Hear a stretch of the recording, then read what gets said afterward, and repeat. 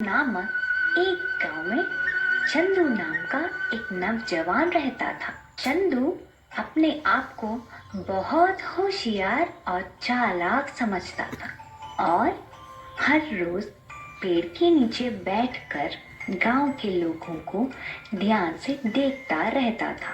अरे मुझे तो बहुत भूख लग रही है, लेकिन मेरे पास पैसे भी तो नहीं है। अब मैं क्या करूं? पापा से अगर पैसे मांगूंगा तो वे मुझे डांटेंगे। अब मुझे ही मेरा दिमाग चलाना पड़ेगा। चंदू के पापा को चंदू की हरकत बिल्कुल पसंद नहीं थे। चंदू एक उपाय सोच रहा था, तभी उसे एक लड़की खेलते हुए दिखी। उसका नाम चुटकी था। अरे चुटकी, इतनी देर से खेल रही हो, तुझे भूख नहीं लगी क्या?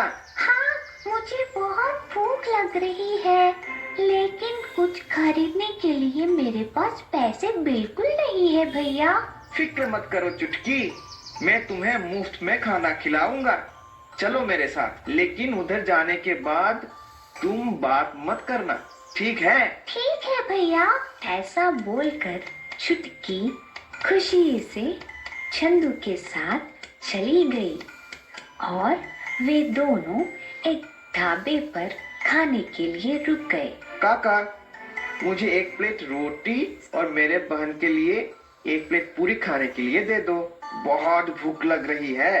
भाई, रोटी तो खाने के लिए तैयार है, लेकिन पूरी बनने में थोड़ा वक्त लगेंगे। ठीक है भाई, पहले रोटी तो दे दो, मुझे बहुत भूख लग रही है। ऐसा बोलकर चंदू ने एक प्लेट रोटी खा ली और ढाबे से अकेले निकल पड़ा। तभी ढाबे के काका ने उसे रोका और पूछा, किधर निकल रहे हो भाई साहब?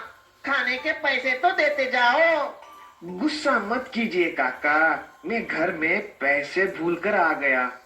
मेरे बहन को यहाँ छोड़कर जा रहा हूँ। मैं अभी पैसे लेकर लौट आऊंगा, तब तक मेरी बहन को पूरी खिला दीजिए। ऐसा बोलकर चंदू वहाँ से चालाकी से निकल गया।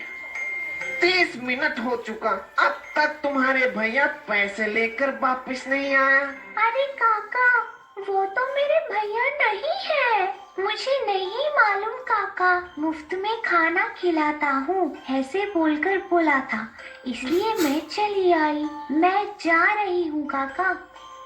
काका को पता चल गया कि चंदू ने उसके साथ चालबाजी करके निकल गया और काका रोने लगा।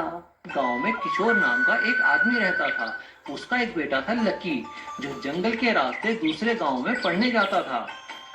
एक दिन लकी ने अपने पापा से कहा, पापा पापा, मैं रोज पैदल जंगल के रास्ते स्कूल जाता हूँ। मेरे दोस्तों को देखो, वो लोग तो साइकिल से आते हैं, मुझे भी एक साइकिल चाहिए। हाँ हाँ ठीक है बेटा, तुझे साइकिल दिला दूंगा। नहीं पापा, मुझे कुछ नहीं पता, मुझे साइकिल चाहिए। लकी की जिद के आगे किशोर की कुछ नहीं चलती। महीने की तनख्वाह मिलते ही किशोर शहर में कबाड़ी बाजार में जाता है और वहां से एक अच्छी पुरानी साइकिल खरीद कर लाता है। पुरानी साइकिल देखकर लकी अधिक खुश नहीं होता। क्या पापा, आप तो एक पुरानी साइकिल उठा लाए। बेटा, साइकिल तो साइकिल होती है, मैं तुम्हारे लिए नई साइकिल भी ला दूंगा।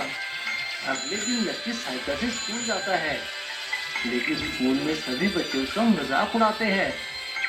देखो, पुरानी साइकिल लेकर आ गया लकी। देखो देखो कैसी साइकिल है, कितनी पुरानी साइकिल है, कितनी खटारा साइकिल है। लकी को बहुत बुरा लगता है। इसी तरह कई दिन भी जाते हैं। एक दिन जब लकी वापस आ रहा था तो उसकी साइकिल पंक्चर हो जाती है। लकी साइकिल से उतरकर उसे चलाता चलाता रोने लगता है और थक हार कर एक पेड़ के नीचे बैठ जाता है। तभी वहाँ एक ऋषि प्रकट होते हैं। क्या बात है बेटा, क्यों रो रहे हो? बाबा, वो मेरी साइकिल पंक्चर हो गई बाबा। कोई बात नहीं बेटा, तुम्हारा दिल बिल्कुल साफ है, इसलिए मैं तुम्हें एक वरदान देता हूँ। ऋषि लकी के कान में कुछ कहते हैं। बेटा, साइकिल पर बैठते ही जब तुम ये मंत्र पढ़ोगे तो तुम्हारी साइकिल के पंख निकल जाएंगे और तुम्हारी साइकिल उड़ने लगेगी। लेकिन हाँ, एक बात का ध्यान रखना बेटा, इस बात का कभी घमंड मत करना। ऐसा कहकर ऋषि वहां से गायब हो जाते हैं। लकी साइकिल पर बैठते ही मंत्र पड़ता है और उसकी साइकिल उड़ने लगती है। हुर्रे, मेरी साइकिल उड़ने लगी, देखो देखो देखो, तुम लोग जमीन में चल रहे हो, मैं आसमान में उड़ रहा हूँ, हुर्रे। अब लकी रोज ही साइकिल को उड़ाकर स्कूल लेकर जाता है, लेकिन अब धीरे धीरे उसमें घमंड आने लगा। अब वह रोज ऐसा करने लगा, कभी भी किसी को साइकिल पर बिठाकर घुमाता और उससे पैसे या कोई चीज लेता। लकी का मन अब पढ़ाई में नहीं लगता था, अब तो बस वो सारा दिन साइकिल लेकर उड़ता ही रहता था। वो भूल चुका था कि ऋषि ने क्या कहा था। एक दिन जब लकी स्कूल में बाकी दोस्तों के साथ बैठा हुआ था, तभी उनमें शर्त लग गई। हाँ हाँ, क्यों नहीं, मैं 3 लोगों को लेकर उड़ सकता हूँ, लेकिन इसके लिए तुम्हें मुझे 500 रुपए देने होंगे। हाँ हाँ ठीक है। लकी अपनी साइकिल में 3 बच्चों को बिठाकर उड़ सकता है, लेकिन ये क्या, रास्ते में ही उसकी साइकिल उड़ना बंद कर देती है और पानी के गड्ढे में आकर गिर जाती है। सभी बच्चे लकी की पिटाई करते हैं। लकी मायूस रोता हुआ घर वापस आ जाता है। लकी को अपनी गलती का एहसास हो गया था। अब वह बाकी लड़कों की बातों की परवाह ना करके सिर्फ पढ़ाई में ही अपना मन लगाने लगा और अगले महीने की तनख्वाह से लकी के पापा किशोर ने उसे एक नई साइकिल भी ला दी।